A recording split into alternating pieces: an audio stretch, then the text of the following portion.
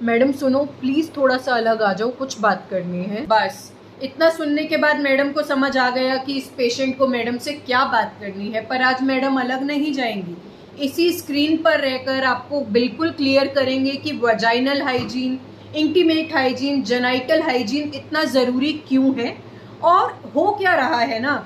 मुझे एक बात बताओ, किसी बच्ची के मेंसेस ही आज स्टार्ट हुए हैं, पीरियड्स ही अब स्टार्ट हुए हैं, या फिर एक 20, 25, 35, 40, 50 साल की महिला को कुछ दिक्कत हो रही है, वो किससे बात करेगी? उसे कौन समझाएगा कि ये चीज़ है क्या, ये दिक्कत है क्या?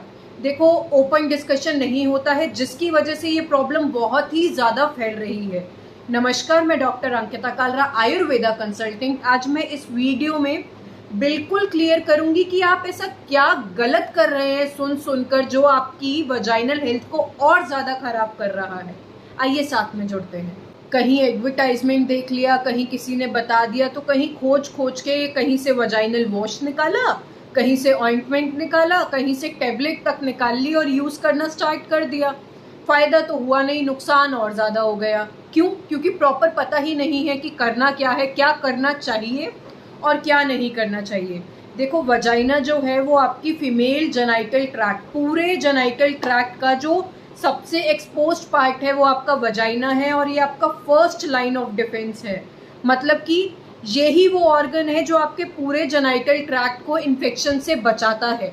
तो इसकी केयर तो बहुत ही ज्यादा जरूरी है। अब क्या क्या कर सकते हैं वो जानते हैं। वजाइनल फ्लोरा, वजाइनल पीएच, या फिर आप बात कर लीजिए डिस्चार्ज की, ये सब अगर अपने नॉर्मल रहे, मतलब पीएच एसिडिक रहे और डिस्चार्ज आपका नॉर्मल रहे, तो ये आपका नॉर्मल फिजियोलॉजी है।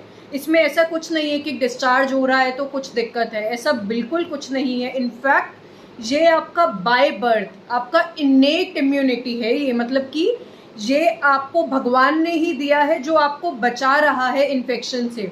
तो उन्हें बीमारी मत समझो। डिस्चार्ज हो रहा है तो ओवर वॉशिंग की तरफ हम लोग चले जाते हैं, क्या कि हम बहुत ज़्यादा वजाइना वॉश स्टार्ट कर देते हैं कि डिस्चार्ज हो रहा है, डिस्चार्ज हो रहा है। उस ओवर वॉशिंग की वजह से क्या होता है, आइए वो भी जान लेते हैं। आपने वॉश करने के लिए पानी लिया और सोप लिया, तो अब आप क्या कर रहे हैं? एक छोटा सा एग्जाम्पल मैं देती हूँ।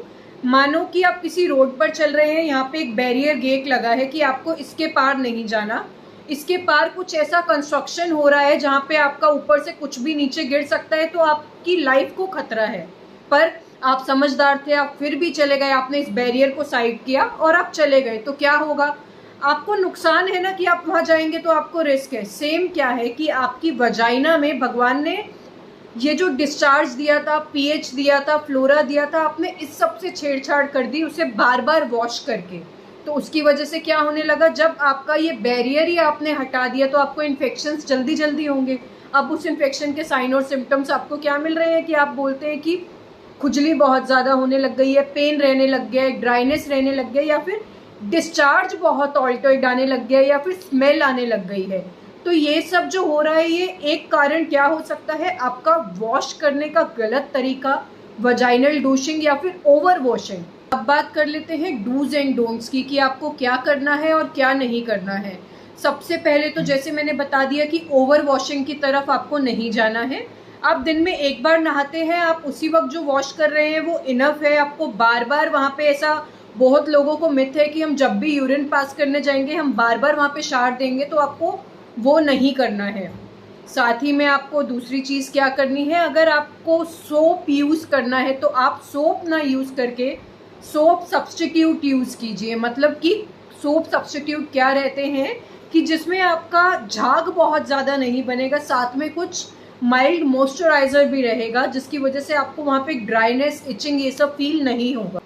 और क्या गलती हम लोग करते हैं कि हम जब भी वजाइनल वॉश के लिए जाते हैं तो हम स्पॉन्ज या फिर फेनल्स का यूज़ करते हैं। आपको वो नहीं करना है। आप डायरेक्ट अपने हैंड से ही वजाइना को वॉश कीजिए और बाद में उसे खुद ही एक सॉफ्ट टॉवल की मदद से ड्राई होने दीजिए। आपको बहुत हार्श रब नहीं करना है वजाइना ड्राई करते वक्त। Next is stop wearing over fitted underwears and jeans. आपको ये ओवर फिटेड कपड़े नहीं पहनने हैं।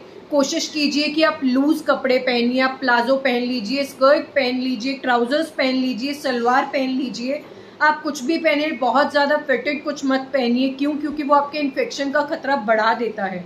एक छोटा सा एग्जाम्पल, कहीं पे आपको मॉइस्चर दिख रहा है, आप उसे और ज़्यादा पैक कर देंगे तो दिक्कत और ज़्यादा बढ़ जाएगी ना, इसीलिए आपको बोला जाता है कि थोड़ा सा लूज रखो, ठीक है।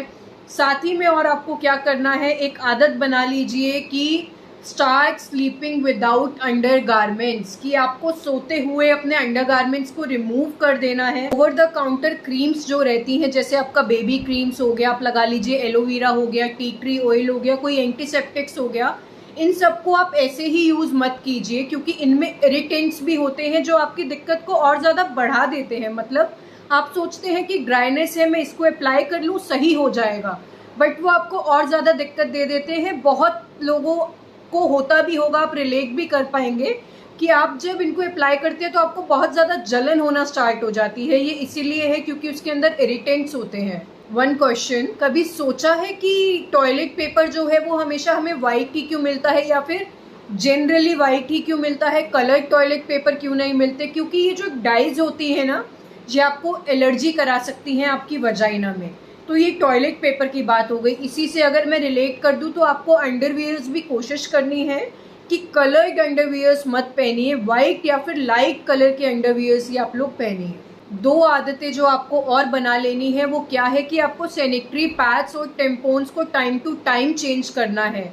ये पेशेंट से बात करके समझ आता है कि पेशेंट बोलता है ब्लीडिंग कम थी तो थोड़ा लंबा लगा लिया, बट आपको ऐसा नहीं करना है। आपको time to time sanitary pad और टेम्पोन ज़रूर चेंज करना है, चाहे आपकी ब्लीडिंग कम है चाहे ज़्यादा है, और ओवर यूज़ इन दोनों ही चीज़ों का नहीं करना है।